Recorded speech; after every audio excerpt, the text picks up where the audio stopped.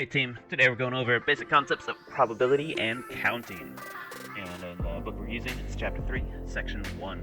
Alright, well, to begin we gotta cover a couple of basic ground rules, a couple of basic concepts.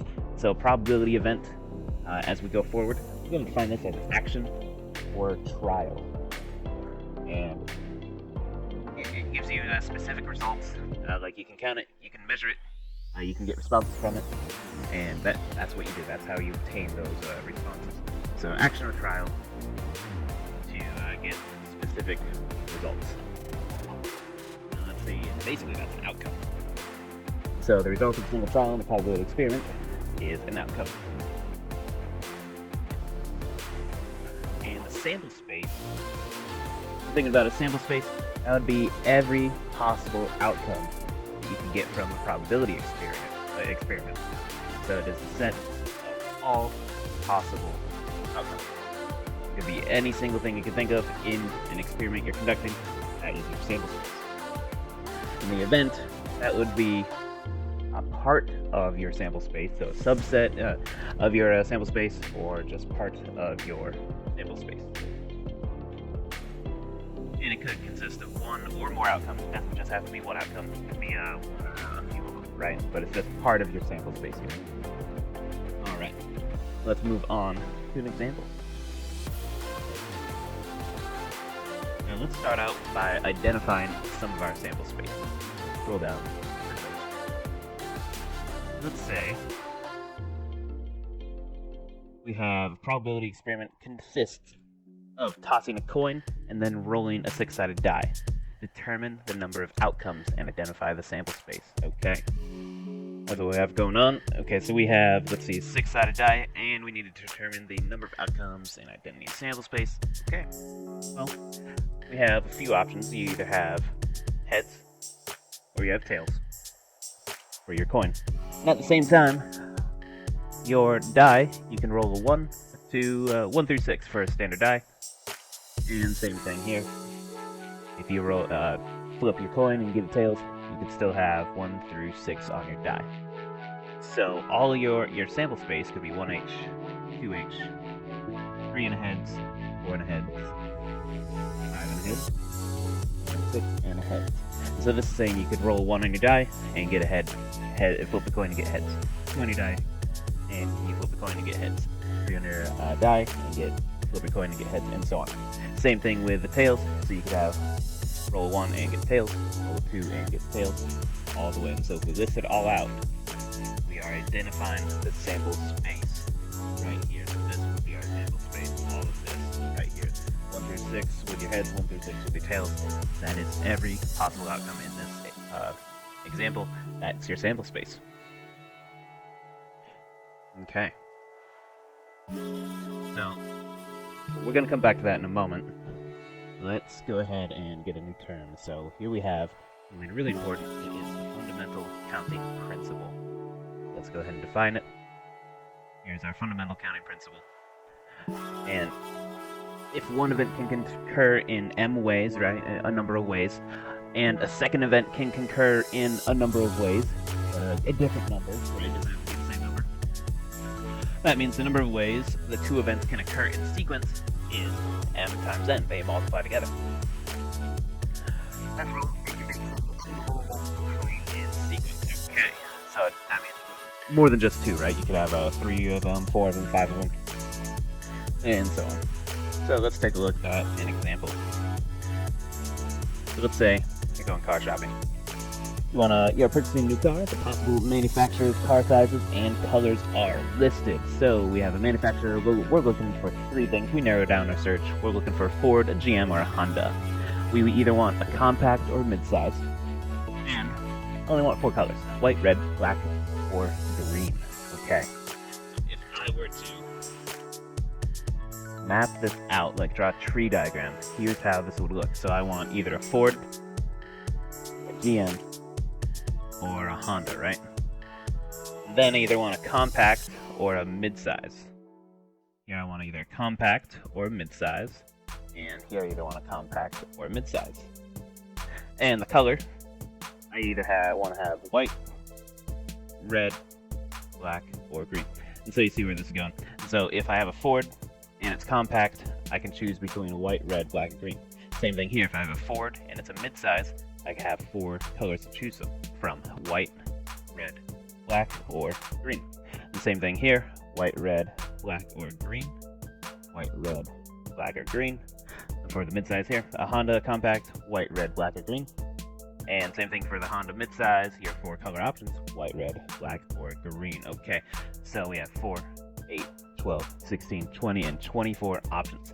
Well, drawing a tree diagram and mapping it all out like that could be time consuming. Let's go ahead and use a fundamental counting principle, which states we can multiply these different events. So we have 3 manufacturers, we have 2 car sizes we're looking for, and we have 4 colors. So that means 3 times 2, we'd have 6 times our 4, and we'd end up with 24 possible different cars.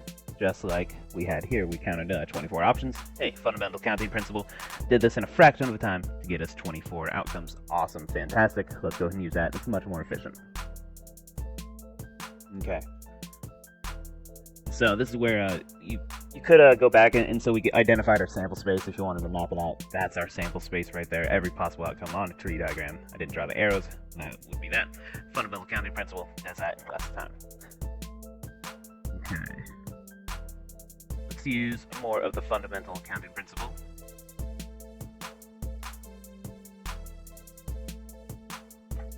Next example. So, the access code for a car's security system consists of 4 digits. Each digit can be any number from 0 through 9. Okay, so we have 4 digits, 0 through 9. How many access codes are possible if, number 1, each digit can be used only once and not repeated? Okay, so let's think about this. We have 4 boxes here. In 0 through 9, well, let's see, 0, 1, 2, 3, 4, 5, 6, 7, 8, and 9. So we actually have 10 numbers, right? We have 10 options. 0 counts. And once a number is used, it's no longer an option. And right now we have 10 numbers available to us for our first digit, so I can put in 10 there, right? So number 1, first digit, I can have 10 options. But say the first digit's a 3. Well, how many digits do I have available now for the next one? Because they can only be used once and not repeated, so that means I'd have 9 for the next one. So the next digit, I'd have 9. And then if I say that's a 2, well, now I have 8 numbers available for the third one. And then I have 7 for the 4th digit. And we're using the fundamental counting principles, so you're actually going to multiply 10 times 9 times 8 times 7. And that would give you the result. So let's type that in real quick. Let's see, calculator. So 10 times 9 times 8 times 7. So 5,040 ways this code could be created. So with these parameters, you have 5,040 different codes that you could create. Well, let's go get the second one. So each digit can be repeated. Okay, so that means we're not constrained. So if you pick a 3 here, it's no longer going to be crossed out. You can use a 3 in the second digit, and the third digit, and the fourth digit, if you wished. So that means we'd have 10 numbers available to us in the first one. We'd have 10 numbers available to us in the second one. 10 numbers available in the third one, and 10 numbers available in the fourth one. That'd be 10,000 possible options for your code. So if you think about an iPhone, right? Yeah, I think they use 6 digits now, or a lot of people use 6 digits. The early iPhones, it was common to have a 4-digit code. Well, this was how many choices you had. You had 10,000 possible codes, and then their security measure was you could only try it 10 times before it erased all your memory. And so, here, let's do that real quick. So if you were on an iPhone back in the day, before you had 6 digits, we had 10 tries out of 10,000.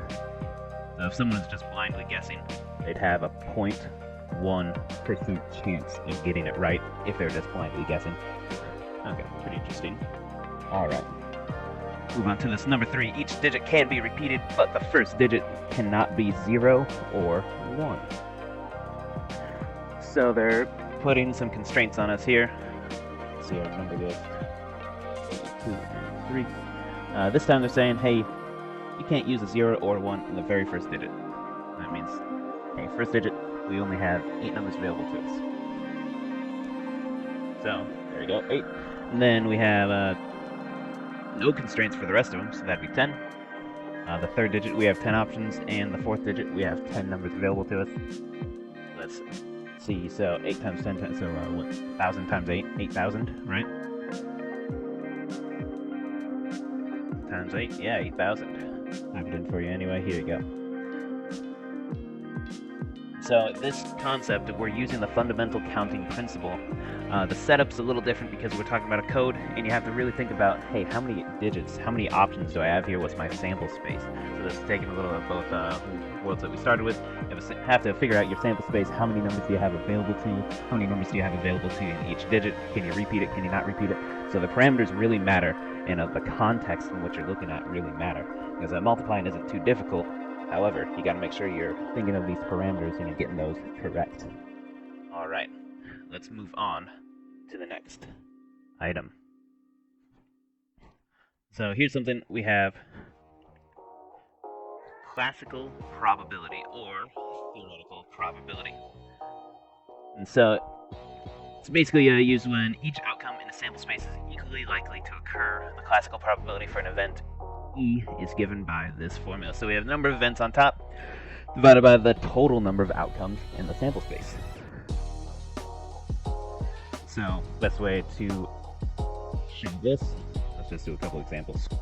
So let's say you roll a 6-sided die. Find the probability of each event. Okay. Well, number 1 here, rolling a 3, you have, there's only one side of a 6-sided die that's a number 3, if we're talking about a standard one. So we have 1 out of 6 possibilities. That's it. 1 out of 6. You can change that to a percent if you'd like, but we'll keep it as 1 out of 6. Let's see, rolling a 7. Well, on a 6-sided die, there is no number 7. So that'd be 0 out of 7. There's no possible way to get a 7, unless, of course, you had a second die, then that's a different problem entirely. And event C, rolling a number less than 5. Oh, so here we have more than one outcome. We have a subset of outcomes. It's not the entirety of all the outcomes, but we're rolling less than a 5. So let's see, a 1 is less than 5. So is a 2. So is a 3. So is a 4. And a 5 is not going to count because they say less than 5, which means we're not going to include it. So we have 4 out of 6 possibilities. You can simplify it and say it's 2/3. And then if it's a percent, yeah, you could say it's like 66.67%. We'll leave it here as a fraction. All right, next example. Classical or theoretical probability is there. Let's look at empirical probability. So, very similar. We have our frequency of events divided by the total. So, common theme, total is the denominator. So this probability is based on observations obtained from probability experiments. The empirical probability of an event E is the relative frequency of event E. And then, of course, here's your formula. The short version is F over N. Frequency divided by the number, the total number. So let's do one example.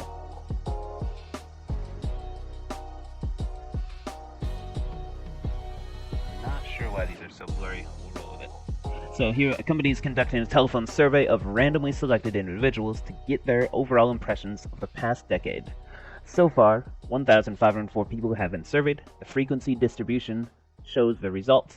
What is the probability that the next person surveyed has a positive overall impression of the 2000s? Okay. So here we have our chart. 406 people have said they've had a positive experience. 752 said negative, 316 for neither, and 30 people for don't know. So if we're going to call the next person, we're trying to guess what they're thinking or what they'll say based on what we have so far. The empirical data, right? We'd have our event, positive one is what we're looking at, over the total 1,504. So this symbol, we have sigma, it's sum, the sum of the frequencies. So the sum of all these frequencies added up to 1,504. then we have f over n right here, total number, and our frequency of what we're looking at, the positives. So 406 divided by 1,501. That would be your answer. Alright, cut it off there. Hope this helps. Good luck in your practice.